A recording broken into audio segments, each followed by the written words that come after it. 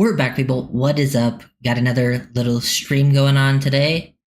Going over the Miami Dolphins defense, breaking it down pre-training camp. We did the offensive one, a few days ago. Get into the defensive side of the ball. Kind of similar setup. Gonna go through each position group. Kind of think how many bodies I think they'll keep in that group. The different battles that we'll see, and then like the different options I think Miami will have depending on how training camp preseason plays out with like where they potentially want to keep an extra body, because we did I think they're going to probably keep about 25 on offense. I think the same thing defensively, 25, and then you have the 3 special teams, and then there's always the wiggle room that you can do. You like they did last year. They cut you cut your long snapper, then you move people around. Someone ends up on an IR spot, and then you end up moving the long snapper back later on. But that's just a couple different ways that they can maneuver the roster. But going over the defense, which mainly the biggest thing to talk about is the secondary, because there's a lot of questions there. Why haven't we heard from Minka yet? When will we, you think? Well, I think Minka's not a big social media guy. Like, he hasn't even tweeted anything in like 2 years. And so I don't think we'll hear anything until like maybe they're at training camp and he gets interviewed at camp. So I think that's when we'll probably hear stuff. From my understanding is I'm pretty sure his mom had said something about it, like him excited to be back where they're from or something. And then I know I think Jordan Colbert said something about working with him, and he was excited. So it's not something I'm too worried about. He's never really said stuff on social media, so we'll see if that ever gets brought up. But yeah, going through these position groups, kind of thinking where we should start. I'm going to start with the off-ball linebacker group because I think it's pretty easy. I think the Dolphins have kept 5 at one point, but I think off-ball linebacker, pretty clear cut. You keep these 4 guys. Everyone else, I don't think, is worth it at this point. The only question mark is, do they keep Channing Tindall? I don't think so. I think they just keep Jordan Brooks, Terrell Dodson, Willie Gay Jr., and KJ Britt. Now, the exciting sort of battle there is who ends up winning the starting spot. I think all 3 are going to play after Brooks. Dodson, Willie Gay Jr., KJ Britt, I think all of them have complementary skill sets, and they all kind of weave into each other's strengths and weaknesses. They are all very different players, actually. I'm guessing Dodson will be the starter, the starter and as a true off ball. And then I think Willie Gay will play in different packages. KJ Britt might play on early downs versus the run because he's a stronger run defender than Dodson. Dodson's better in coverage. But yeah, I think that's kind of off ball linebacker. I'm keeping 4 no matter what. Unless something surprising happens, but this is a group where you keep 4. You don't need to keep an extra at this spot, in my opinion. It's actually it's stronger than it was last year depth wise, and then Jordan Brooks is still a strong starter for you. That's kind of how I see it. I think Brooks, who's easily your best player. I think Dodson is the best zone dropper in coverage. I think KJ Britt's your best run stuffer, and then I think Willie Gay is the guy that plays as an overhang. You can blitz him. He's more of a man cover linebacker, not a super instinctive guy, but if you make his reads easy, he can make some great plays because he's got really good athleticism. So yeah, that group is pretty set in stone, in my opinion. One of the easier groups to predict is off-ball linebacker, unless injuries or stuff happen. We can go to edge next. Actually, let's go to D-tackle, because D-tackle I think is a little easier. Because I'm also going to keep 5 at D-tackle. The Dolphins have typically kept 5, so I think that's where it ends up happening.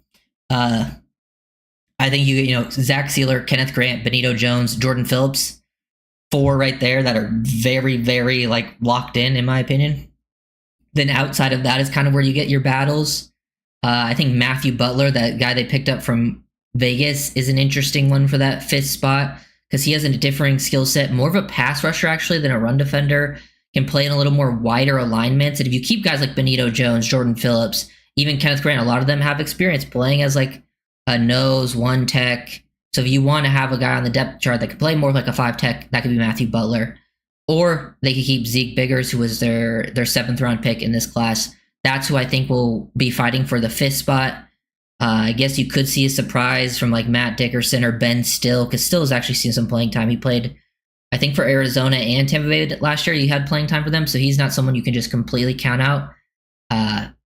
because he saw like similar playing time to actually Butler last year, and I think Butler's a part of that. But up top, I feel pretty good about the starters, like Grant and Sealer. Sealer, obviously, a stud. We know what to expect there. And then Grant. I have high expectations for the rookie. I think he'll have a quality season. I wouldn't be surprised if he has a little bit of a slow start, but I think he picks it up fairly quickly and will be more disruptive than people think, because I feel like people just see the size and the weight and expect one thing from him, but he is very explosive, very athletic. And I'm excited to see them work the twist and stunt game up front with those guys. Okay, let me see what you guys are saying. Willie's a nickel for sure. He'll definitely play in like some of those packages. Most important part I want to see is the team can get to top 10 sacks and takeaways. I think sacks is very attainable. Takeaways is huge, because takeaways is an area I feel like the Dolphins have kind of struggled in recent years. I feel like that'd be a huge help.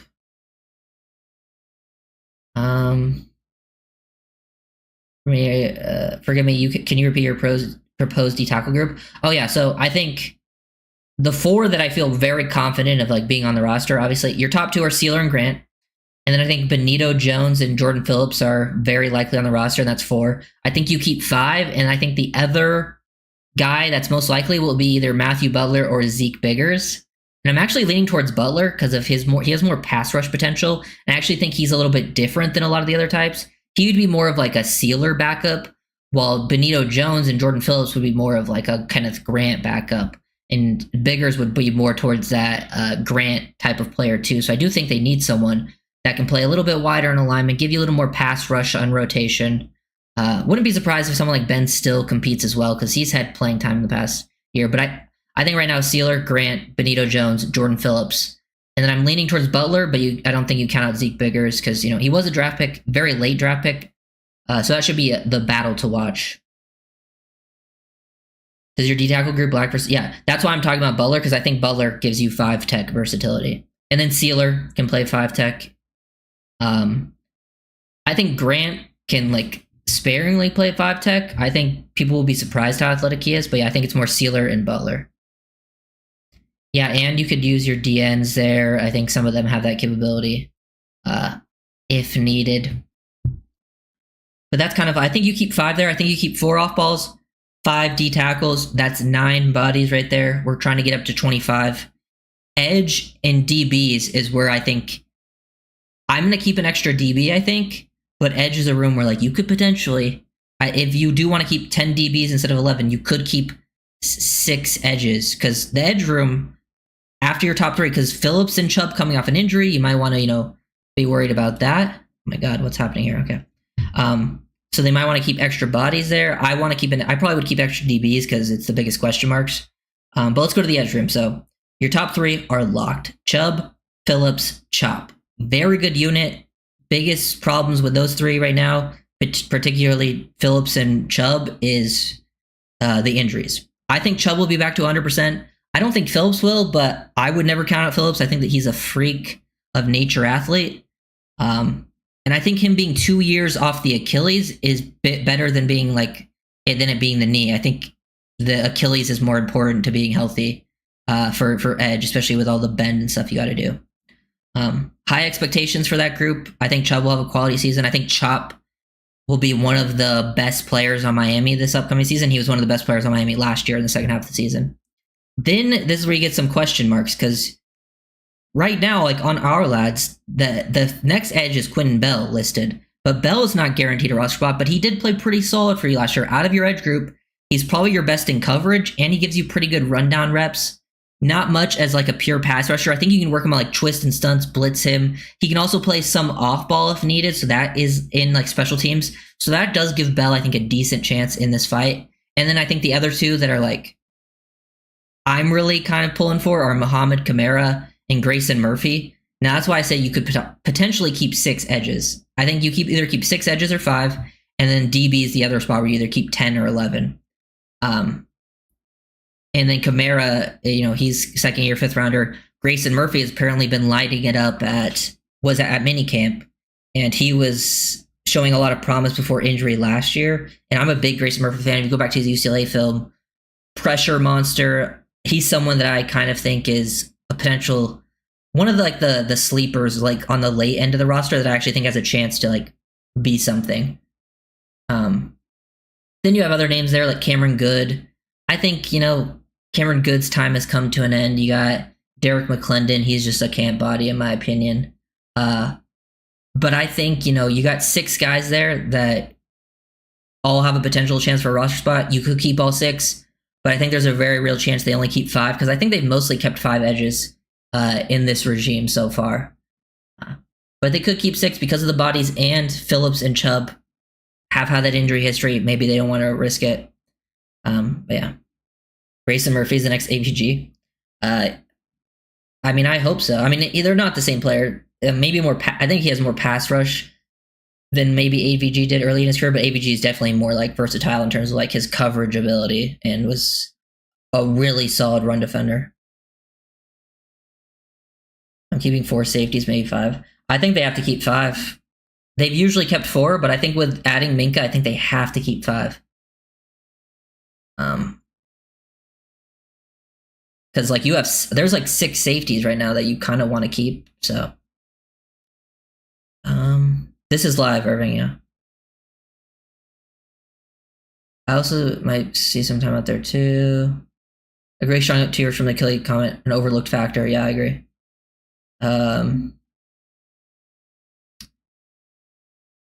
Right, do any of the backup edge players have a special team advantage? Yeah, I would probably give it to Bell, right? Quinn Bell, I think, has some special teams ability. Kamara and Murphy, I don't know if they would really give you much in that area. I'm sure they can line up out there, but I don't think they're like going to be like special team studs where like that, gets them a roster spot. I think they more get a roster spot like just by outperforming, at the edge position.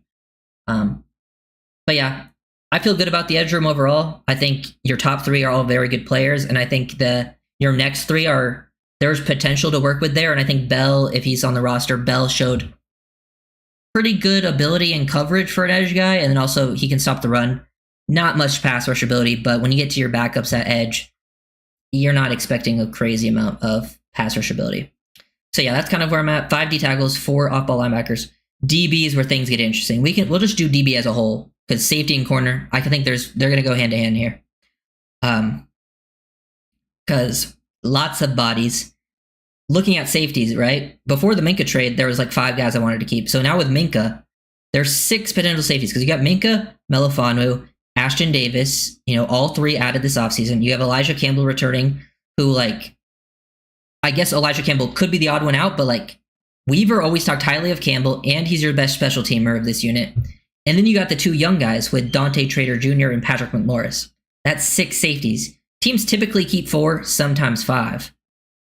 So safety becomes really interesting now. And then you even have guys on the back end of the roster like Jordan Colbert, John Saunders Jr., who I think are more practice squad guys.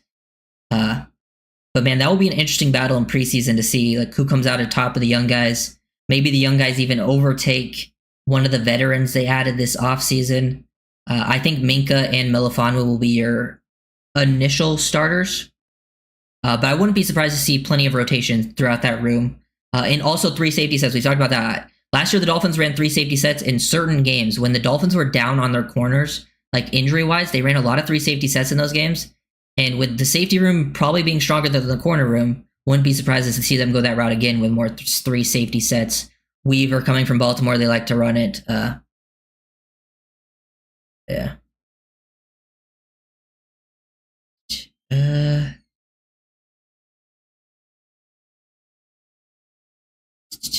But yeah, and then corner. So that's I think you keep 5 safeties, by the way. So 5 of those 6.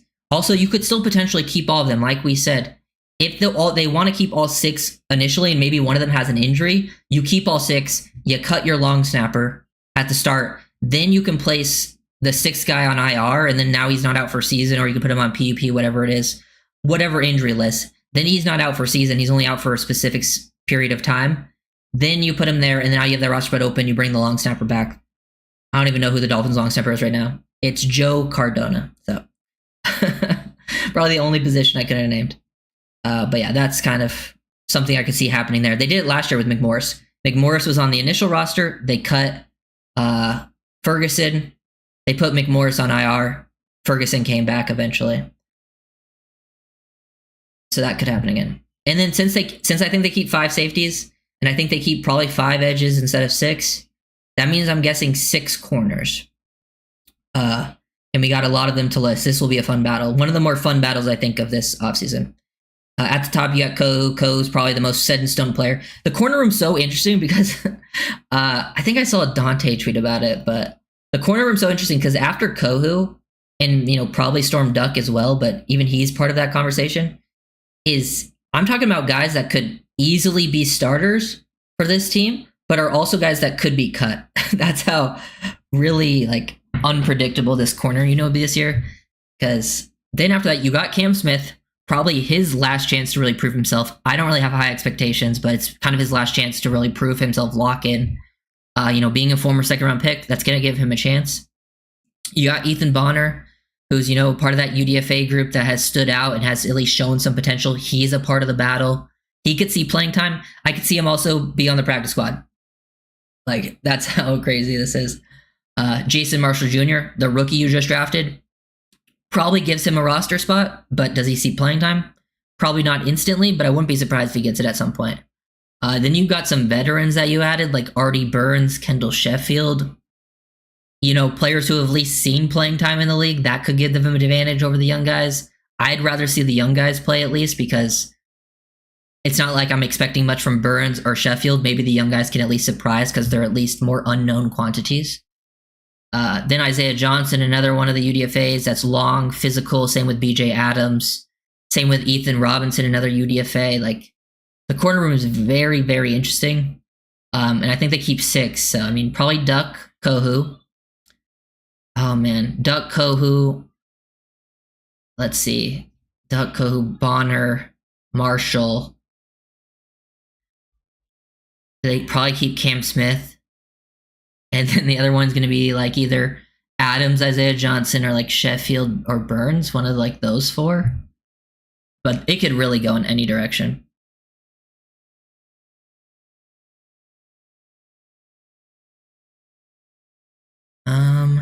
I see Phillips going back to form in 2025. Chubb might be slowly recovering to form. See, I think it's the opposite, Irving, because Chubb's had more time off of injury, while Phillips is coming off 2 major injuries and 1 more recent. So I think Phillips might take a little time to get up to his form, and then Chubb, from my understanding, is 100%. When Marshall Jr. balls out in training camp preseason, see me, I wouldn't be surprised. I think he's got crazy physical talent. I think there's some mental side of the game that he has to work on, and I also don't like his tackling. But he's got some man-to-man ability, which I think a lot of these corners show pretty decent press man ability, and that's very good. It's an underrated part of preseason because preseason coverages compared to normal coverages are very basic. Most teams are just running basic cover 1, basic cover 3. They just run a lot of press man to man. Last year, Dolphins barely ran press man to man in the regular season. Preseason, it was just Storm Duck running, being in press man, Ethan Bonner being in press man, and they got to kind of show their skill set. So that could help guys like Jason Marshall Jr., BJ Adams, guys that have press man ability to kind of separate themselves in preseason. Because Marshall definitely showed potential. I really look back to that 2023, I think, LSU game where he's going against Malik Neighbors. Lots of impressive performances there. At safety, I feel like we have more NFL level players than we have space for. Is that fair? And who goes? Yeah, I agree. I think you have 6. I think Minka's really your only top end guy. Then I think Melifonwu is a decent player. His problem more lies with injury. And then after that, Ashton Davis, Elijah Campbell, probably more depth guys, but they are clearly NFL level players. And I think Dante Trader Jr., Patrick Morse are also NFL level guys, but there's a little more we don't know quite yet because they're younger. And you're probably not keeping 6 safeties, to be honest. So I think it's so tough to predict.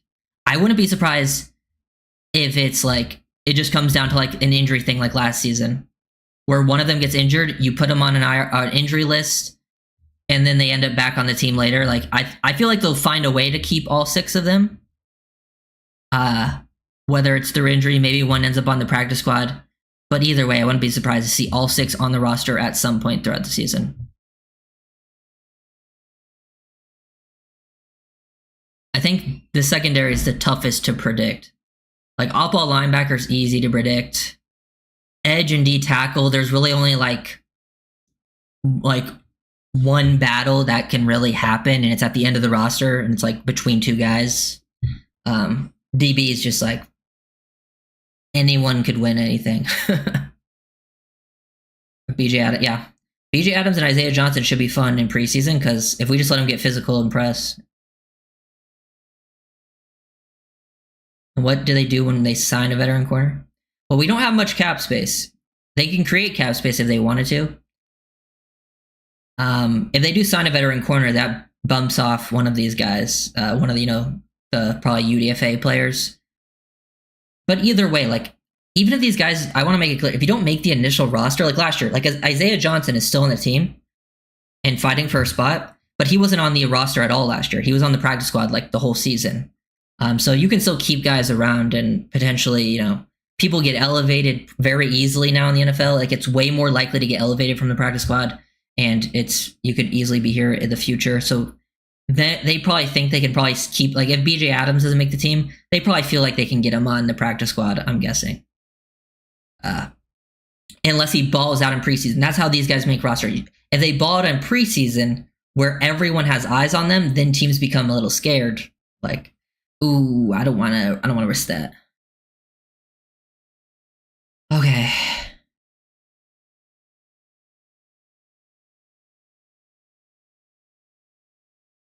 Let's see.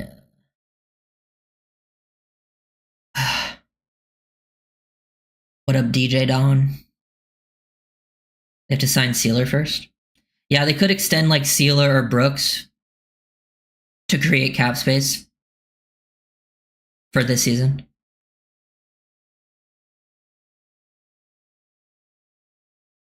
Pressman. Well, yeah, I do think they will also run more pressman this season, just in general. But it is something that like teams are just like, hey, just run cover one in preseason, and then that helps a lot of those guys. That's why I think Storm Duck really stood out, because he was very comfortable in press man last year in preseason. Do you expect the Dolphins to play a lot of cover one robber and hole and rat? I mean, I think they're going to run more of it. I don't think they're going to play a lot.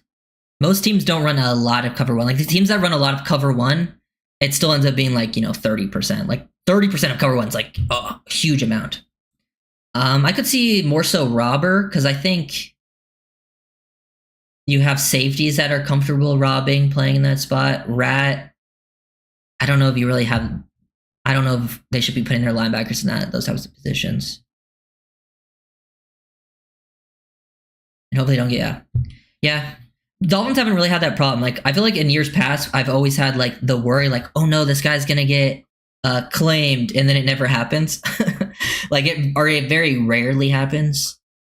That the guy that you want to keep gets claimed, and they just end up keeping them. Like the only ones that like were, I think they lost that I wanted to keep was like Elijah Higgins, and now they should have never cut Elijah Higgins because of that tight end room. And he was a guy that you drafted, and he was a former receiver. You're trying to move him positions, and they just gave up on him.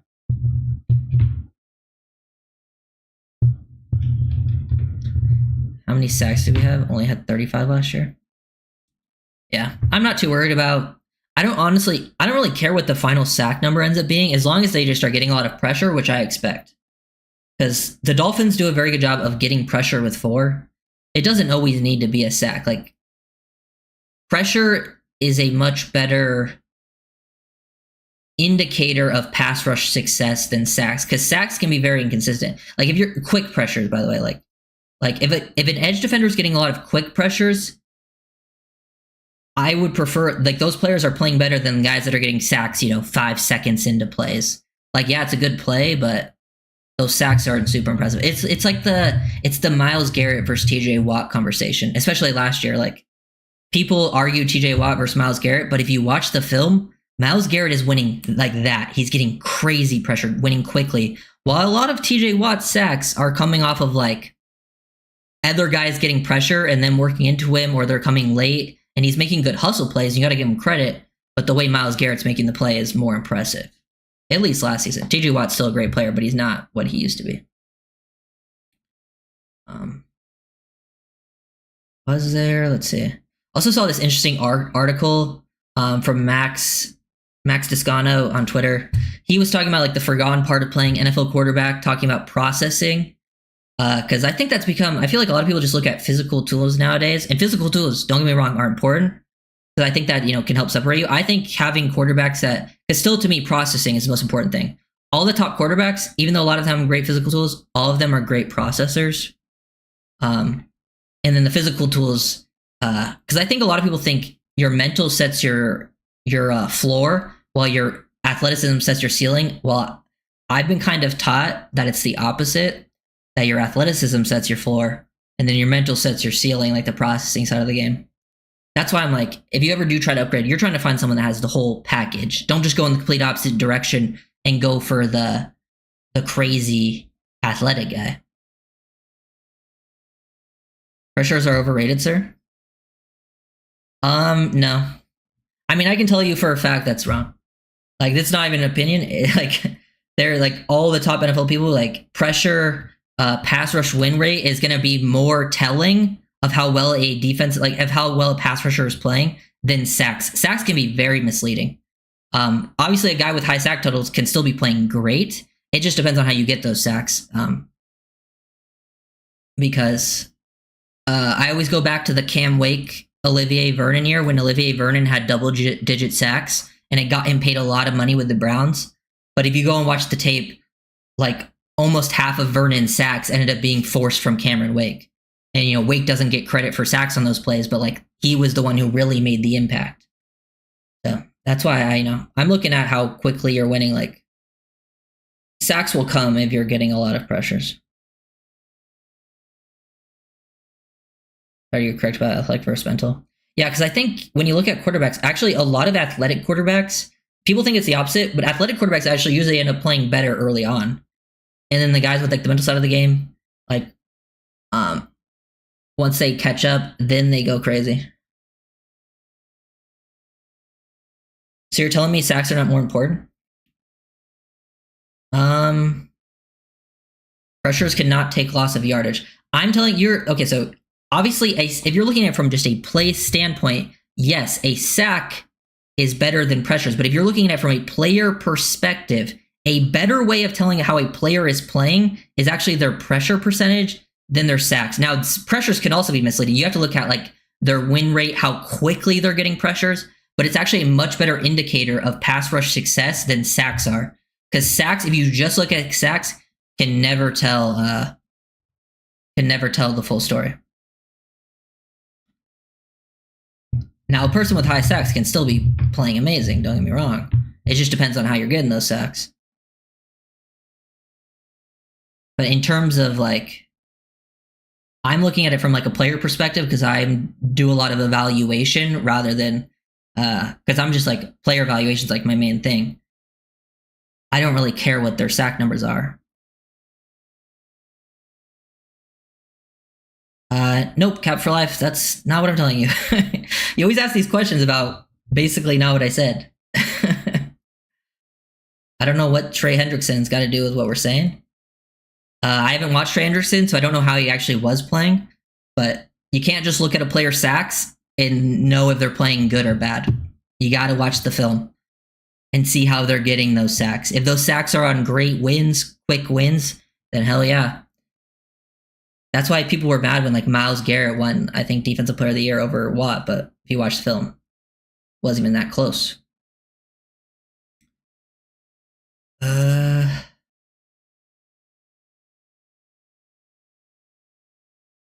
I mean, yeah, I don't want to do the debate.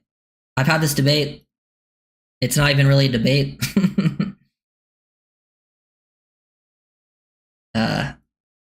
It's something I've seen talked about from people who are much smarter than me when it comes to football. It's the same thing. Like, I mean, a lot of basic stats are overrated when it comes to like telling how a player is playing. Like, obviously, touchdowns are not overrated. It's great to have touchdowns. But just because a player has a lot of touchdowns doesn't mean they're playing better than a player that maybe has less touchdowns. You got to turn on the film, see how those touchdowns came to be, what's more impressive, Also, there's certain, because like you're getting tush-push touchdowns. Most of your touchdowns are tush-push touchdowns. Not as impressive guys making, crazy plays out in space. Do you think is the best pass rusher in the league? It's tough to say, man. I don't feel like I just haven't watched everyone to actually say that. I still think like Garrett is at the top. I know like Danielle Hunter was like going crazy last year for Houston. It's tough to say. I just haven't watched everybody.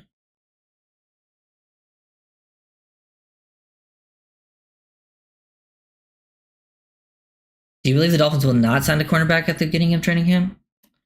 I don't know. I mean, they'd have to create some space. And I feel like, I don't know, it just hasn't been enough noise about it.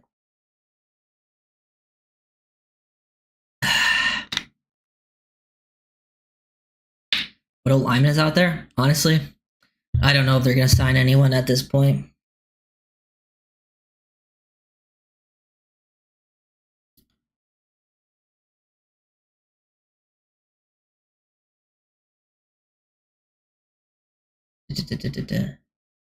Or fail to sign a corner at all. I don't know. I mean, if you guys saw that one video I made, I actually don't really want to sign a corner because I don't think any of the guys that are out there, like, yes, some of them can slightly improve the group, but I think most of them are just gonna be like developmental slowers, and I think you need to give the young guys as many shots as possible to see if you actually have anything there, because I think that's the best thing for the long term of the team, and I think long term is kind of where they're looking. And I don't think short term, like adding Rasul Douglas, I don't really think changes much short term. Like, he might make your group slightly better, but if you're playing more man to man, it's like, do I really want Rasul Douglas?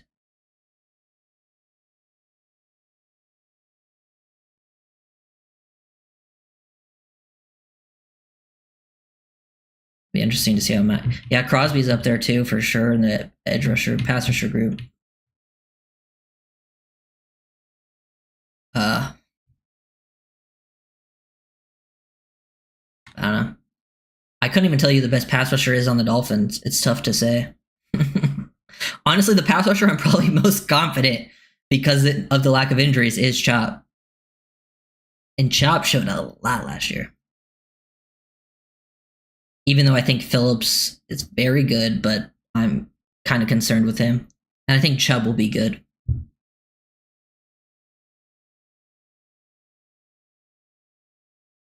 When Roberts is good at it because Brooks is good in man coverage. Yeah, you could also be blitzing Brooks in those situations. Do the Ravens run a lot of press man? So here's with the whole man, just man in general. If you go look at I believe I looked at this a while ago, so I could be slightly off with the numbers, but I went and looked at what the Ravens percentage and coverage was, and the Seahawks, because the Ravens and Seahawks both run the same system as Miami. And this is a big reason why I think they're going to run more cover one. Cover one was at like about a 10% higher rate than what Miami ran then. So I think maybe Weaver just didn't have the personnel to run as much cover one. So I do think we will see a little more cover one this season. Not like a crazy amount more, but like it will be noticeable if you're really watching.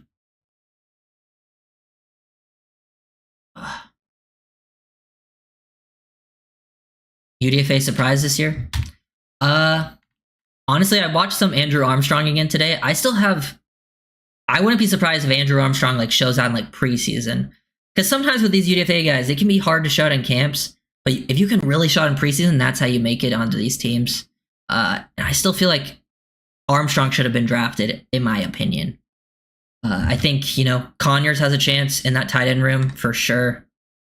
And then I would say BJ Adams in the corner room has a chance to stand out, especially with all the man-to-man stuff we're talking about. Let's see. Yeah. Yeah, Max did a good job of saying, so on football, what does processing mean? It's basically your brain's ability to make sense of what you're seeing and tie it to a reaction. The more you have to keep track of, the harder it is because you have a very little time to do it. I've actually been watching more of the 2026 class recently. I know, it's all so far away and so much changes during a year, dude. Trust me. If you look at like draft lists like a year in advance before the season starts. They change so much. But I have started watching some of the 2026 QB class, and it is pretty interesting. I think as of right now, I mean, I'm sure it will change after next year, but I think as of right now, I think Klubnik is probably my favorite. I haven't watched all of them yet, but I think Klubnik is the most, at least far ahead. I think a lot of them have work to do. Same with Klubnik too, but it's an interesting class. The QB class next year is interesting. They all have something like I need to see them improve upon, but they have a whole year to do it. Also, Darren Waller's deal came out today, like officially. It was a 1-year deal worth a $2 million base salary, so like not too much over the minimum, and then you can make up to $5 million in incentives. So, can Waller block? Not really. Yeah, I especially at this point in his career, I don't think he's gonna really give you anything as a blocker. Can Farrell catch? I think he can catch the ball, but like he's not gonna like get open or do a lot of stuff after the catch. I think he has fairly reliable hands, but that's not something I'm actually not too worried about the tight ends being involved in the passing game. Other than Waller, I don't really think it gives us that much of an advantage. I'm more worried about because Pharaoh Brown and Julian Hill, they're going to be asked to make a lot of tough blocks. That is an area they're asked to make a lot of like attached blocks to the line of scrimmage on outside zone where they're on like the play side. And that is tough for tight ends to do. And if they are able to execute, that will help out the Dolphins offense so much. So much. Waller's more Smith-like. They are... So it's weird. They're both like big slot receivers, so he is more Smith-like in that way, but they do have very different skill sets. Waller is more of like a field stretcher, tight end, make plays down the field, red zone type of guy. Well, Jonnu's like a underneath, get the ball in his hands, yak type of F tight end. So they are more like each other in terms of position played, but actually have like different skill sets in the receiving game. In case you missed it, 24 days until the Bears game. Oh, dude, I know. I think it's like August 10th, right? Is when the first preseason game is. And I'll probably... Maybe I'll do I think last year I did live reactions to the preseason games, and I didn't do it for the regular season. I'll probably do it for the preseason again. We'll see. But I'm so excited to just get new film. Waller's more like Gesicki than he's like Jonnu. Yeah. He's not as they're a little bit different, but he is more like Gesicki. They're not one-to-ones. Like, Waller's stronger than Gesicki. He won't just go down instantly. Like, Gesicki has no yak ability. Waller can get at least a little bit of yak. Nothing crazy, but they're more like seam field stretcher guys for sure. But yeah, I'm so excited for the preseason. Just new film to watch. And it's not like, the preseason is, super valuable in terms of like learning a ton of stuff. But I still think there's takeaways you can have from the preseason games, and you can find people and people can stand out. And it's just very fun to see a lot of the young guys in action. So I will definitely be doing a lot of film breakdowns in 24 days. Once that happens, there will be film breakdowns almost every day, because there will be like 3. We'll have all the preseason games, and then we'll get to regular season, and I will have, lots of that going on. Any reports from the rookie training camp? I haven't seen anything. We have the rookies reported yesterday, and we have not heard anything. I didn't hear of Jonah was there, because I think some people were worried if Jonah was, because he still hasn't signed. I'm not too worried about that. I think, 30 of the 32 second round picks haven't signed. So does Conyers have a chance to be on the 53? Yeah, for sure. I mean, it's not, I would still say it's kind of low, but out of the UDFAs, I would say he has one of the better chance of making it. I just think there's a decent chance they only carry 3 tight ends this year. And if they only carry 3, that could hurt him. I think if they carry 4, that gives him a very solid chance. And they've kept 4 before, so. Yeah. Rucci, yeah. Rucci has... I don't think I'm as high on Rucci as some other people, but yeah, he has a chance to fight too. I mean, that tight end room's all up for grabs. So I don't know if you guys have been seeing these ESPN lists where executives, coaches, scouts ranks top 10 at each position. And most of it I actually don't some of it's fine, some of it's not that great. I feel like, a lot of these people aren't actually watching all of these players. They're kind of going off some preconceived notions they have of them. I think the only one that like really pissed me off, because I've seen some people be like mad about Achane or Sealer. I think at least with Achane and Sealer, the guys above them are also very good. So I was fine with that. Some of the other groups, yeah, I was fine. I think the one that really annoyed me was Jordan Brooks in the linebacker group. Because not only was he not top 10, which I think is fine if he didn't make top 10, but like he didn't even make, like some of the guys in top 10 were not deserving. But he didn't even make honorable mention. And they put like 10 guys in honorable mention. And then he was in the also receiving votes section down at the bottom. So they had like 20 plus linebackers above him. And I'm like, dude, I don't think people were watching Jordan Brooks last year. The disrespect. If you had to predict Tua's stats, assuming he played 17 games, what would you say? Ooh. Hold on, let's look at his stats from when he played 17 games. Will be a good, pretty good line. I wouldn't be surprised if it's that different.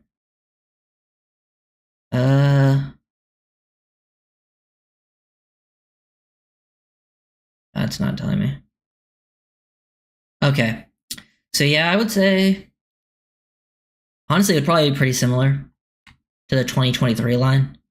Probably in that 4,500 yard range, maybe a little bit less. I wouldn't be surprised he has less yards than he had in 2023, because 2023, I believe, was the year he led the league in yards, passing yards. I wouldn't be surprised he has more passing touchdowns, because he only had 29 that year, but the Dolphins had like, I think they were tied for the most rushing touchdowns. Like Moser had 20, and a lot of those were 1 yard rushing touchdowns. So that variation can change very easily. He had 14 interceptions. I'd imagine it's probably around there. I'll say like, 4,200 pass yards, 31 touchdowns, 13 interceptions, something like that.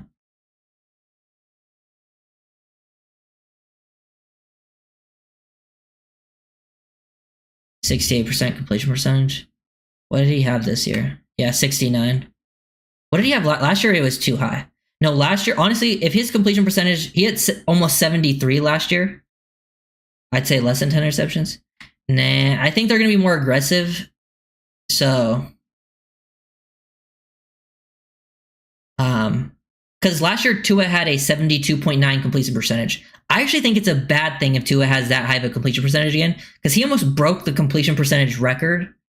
And I think that's because of how short they were throwing underneath. Like, I don't want that. I actually want his completion percentage to be a little bit lower than that, because that means he'll be probably throwing the ball down the field. His air yards needs to elevate.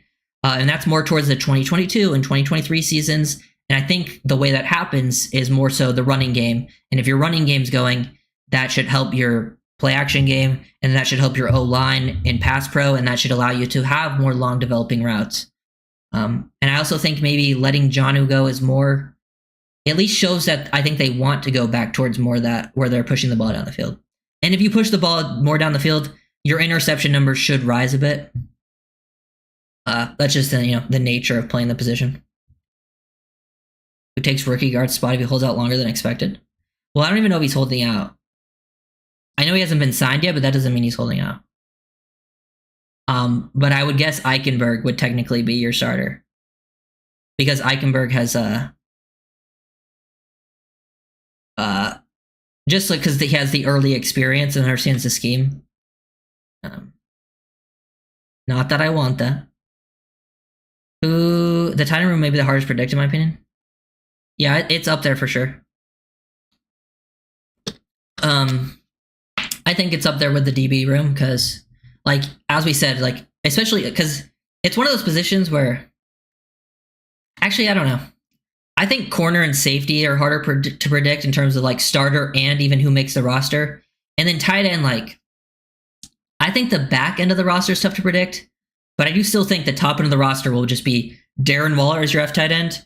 And I think Pharaoh Brown and Julian Hill will be, like, both of your Y tight ends, similar to what, Waller will take the Jonnu role, different players, but he'll play that spot. Brown will take the Durham Smythe role, and then Julian Hill, I still believe, will play what Julian Hill did last year. I think it might just be that easy, but then the other bottom guys could, potentially elevate. But the Dolphins love Julian Hill more than most of us, so I think, yeah, a couple of these, like off-ball linebacker are super easy to predict. D-tackle, edge is mostly easy to predict. Maybe the end is a little bit. End of the receiver room's interesting. Running back isn't running back could just be pretty basic too.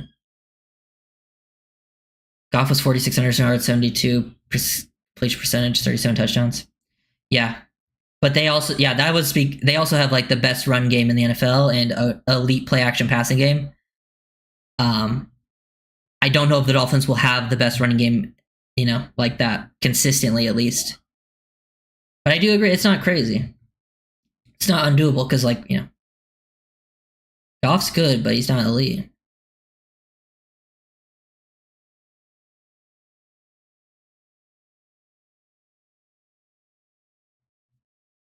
Ooh, but yeah. Oh yeah, leave a like, comment, subscribe, all that good stuff. Join as a member if you want early access. I'll be having a lot of videos out because when preseason happens, I'll have my one video and I'll get it out as quick as possible. But then all the rest of the videos, I'm gonna probably make them all right away. So those will be out early for all the members, and then they'll come out throughout the week. We're gonna have a lot of them because we have a bigger rookie class this year. This is the biggest rookie class in McDaniel's time period. So more players to break down there. You still got the UDFAs that will get a lot of playing time. And then even some other young guys, second-year guys that are fighting for spots. Those will be paying attention on. Yeah, any questions? That's the entire defensive room. I think 11 DBs, 4 off-ball linebackers, 5 edge, 5 D tackle. That gets you to 25, right? Yeah.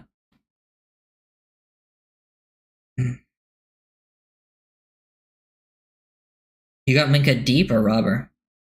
Depends who the other safety is. But I actually think Minka's better playing in the Robber role. It gets him more involved. I think if he's on the field with Ashton Davis, you make him the Robber and then you make Ashton play single high. But if it's Melifonwu, you probably don't want Melifonwu deep. But yeah, he will play both for sure. Center position intrigues me. Yeah, the backup could be a fight, I think, between Meyer and West. I just think the running game comes down to health of the O-line. I think if your 5 guys stay relatively healthy for most of the season, you'll have a pretty good run game. If you lose more than one for a pretty big period of time, it will suffer. The tight ends and fullback also have to improve from last year because that's an underrated part because everyone kind of just focuses on O-line, and yes, they needed to be better, but the tight ends and fullbacks and also the running backs, because the running backs left plays on the field as well. But I think if it's blocked up better, the running backs will just obviously improve. But I think fullback and tight ends were a big problem in a lot of situations. I don't think it has to be top 5. No, it just needs to be good enough to where teams have to respect, and it's you're not super predictable. You can have a play action game. It doesn't need to go crazy every game. Let's say that, because there's times where you can go. There's games I'm sure where they'll throw the ball a ton. I'm sure there'll be games where they run the ball a ton. It's just about situational play calling, I think, for Mike.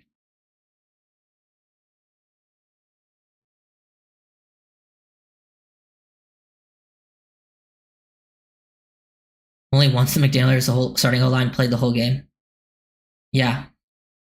Yeah, if you go back to 2023, the 2023 is such a funny year because your offense was so good, but the only game that they played together, the starting 5 that you were going to have the starting 5 from your off season, the only game they played together was the 70-point Broncos game. So sad. It won't be top 5 with this O-line. I think it has a chance if it's if they stay healthy. Because even though I wouldn't say that the Dolphins O-line is top 5 talent wise, they weren't top 5 talent wise in 2023 either. But they still had the #1 running game in terms of yards per carry. and that was a big part of due to scheme. The scheme is very friendly. You can sometimes it's less about like if you, having like super high end talent, and sometimes about how your players fit into your system, and then how everyone else fits into around it. I actually think the running game, if your O-line is healthy, I think the running game actually would be held more back from the tight ends and fullback potentially. Because Engel he was hit or miss last year.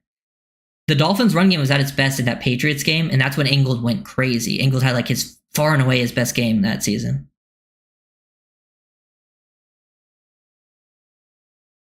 The 70-point game.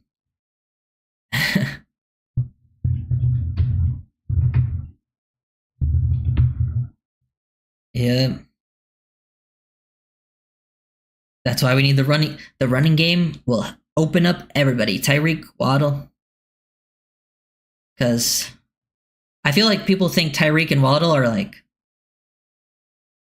There's definitely like a recency bias thing where like I think people think like Reek and Waddle are not as good as they used to be, which I actually don't think is the case. Like I think Waddle is just as good as he's always been, and then I think Tyreek, like maybe Reek could see like a slight drop off, but if you watch him, like I think the reason you saw Reek and Waddle's stats drop off was more to do with outside factors like to his injuries, the O-line, not allowing you to push the ball down the field. More so than like Reek and Waddle getting worse.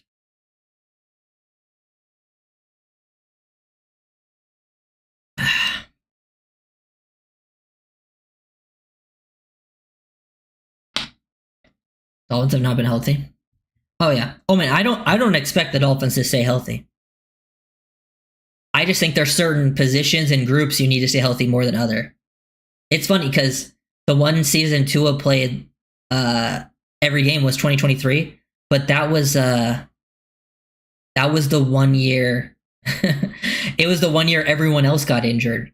Like they were so injured. Remember our edge group going into the playoff game? That was insane. And then also like your O-line was missing like 3 of the 5 starters for a majority of the season. But I think if your O-line and QB stay healthy, that's the most important. I think the other groups can afford more so some injuries to still be effective. If like Tua and the O-line is healthy, I still think you could find success offensively, even if you were missing like a receiver. But we saw like Tyreek has not missed like really much time being in Miami. But like the one time Tyreek missed a game, the Dolphins didn't really fall off because, Tua was playing, the O-line played a good game, and then Waddle took over, Like, I think the Dolphins can survive games without like a Tyreek and Waddle, but they can't really survive without their O-line and your quarterback.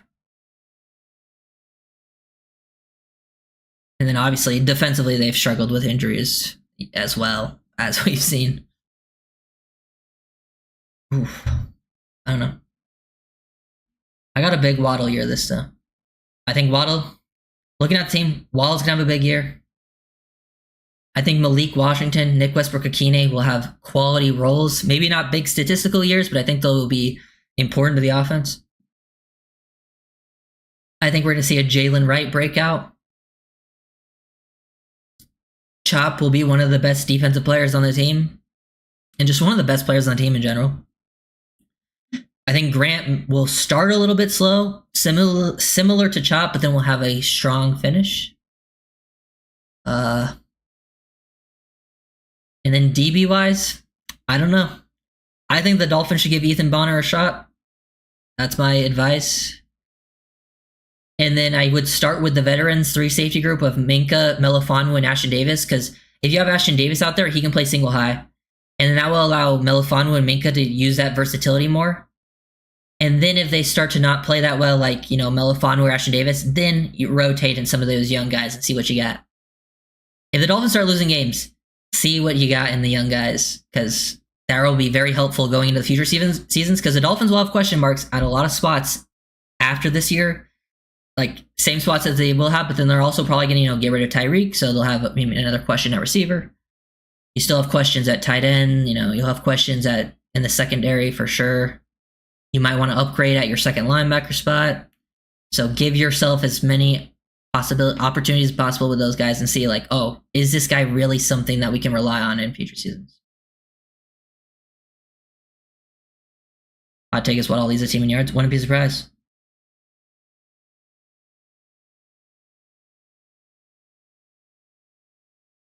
honestly, I hope so. Like, you know, obviously I'm rooting for the Dolphins to win, but if the Dolphins don't have a great season, like, then, you know, individually, I hope Waddle has a great season. Like, there's certain like individual players that I'm hoping have like really good seasons, just because I feel like they deserve that respect, you know. And Waddle is one of those players that I think really deserves the respect from not just Dolphins fans, but like fans around the league. Jordan Phillips under Weaver, your thoughts? Jordan Phillips is one of my favorite draft picks. It's always tough to say if a 5th round pick will be like super productive, but I think he's going to be part of the rotation, and he's going to be like a strong run defender for you pretty quickly. Like, I would probably play Jordan Phillips over Benito Jones, but, you know, maybe they don't get up to it right away.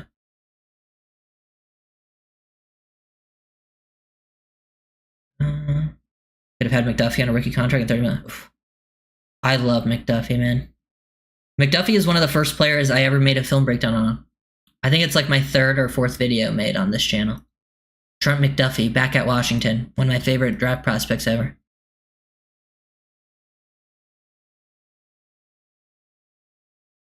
Yeah.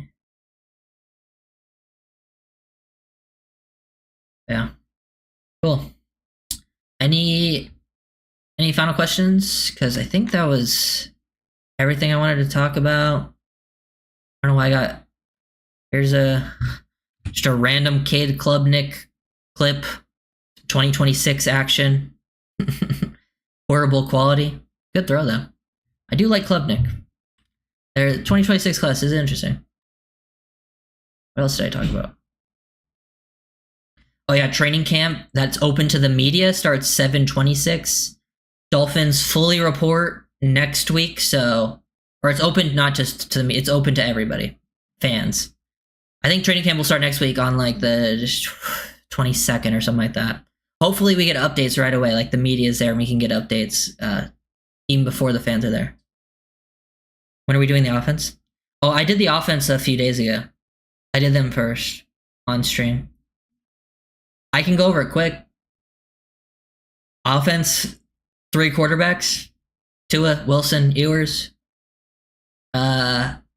My hope is they keep 3 running backs and your fullback, because in the past they kept 4 running backs and a fullback. I think they should only keep Achane, Jalen Wright, and Ollie Gordon. Sorry, Alexander Madison. And then keep Ingold. Tight end. Tight end is one of the positions that says, if you do that, you could potentially keep 4, because I think you keep 9 O-line. You got Paul, Daniels, Brewer, Savianaya, Jackson, and then you keep Keon Smith, Andrew Meyer, and then I think they keep Larry Borum and Liam Eichenberg. That's 9. And then I think a receiver, I wouldn't be surprised if they kept 5. Just Waddle, Tyreek, Malik, Nick Westbrook-Akine, and then I think that 5th spot could go to so many different people. Like, it could go to Taj, it could go to Eskridge, it could go to Theo Weiss Jr., it could go to Andrew Armstrong. And then if you do that, like you keep 5 receivers, you keep 9 O-line, that puts you at 14 plus 3 quarterbacks at 17. Then we got 4 at the running back position, including a fullback. That puts you at 21, and that would allow you to keep 4 tight ends, which would be Waller, Brown, Julian Hill, and then like a Jalen Conyers.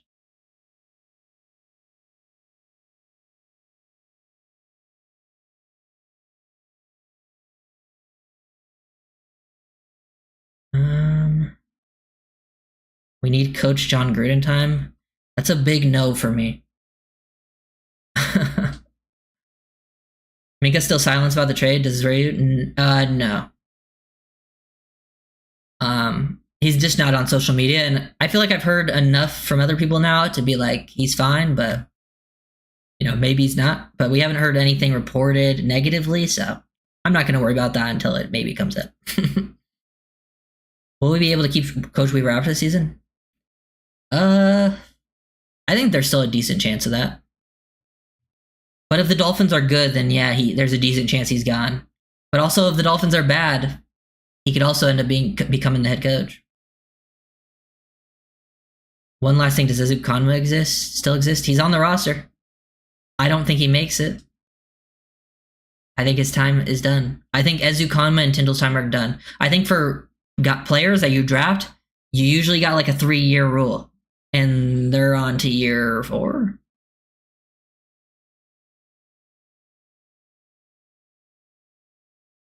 Yeah, I think That is it.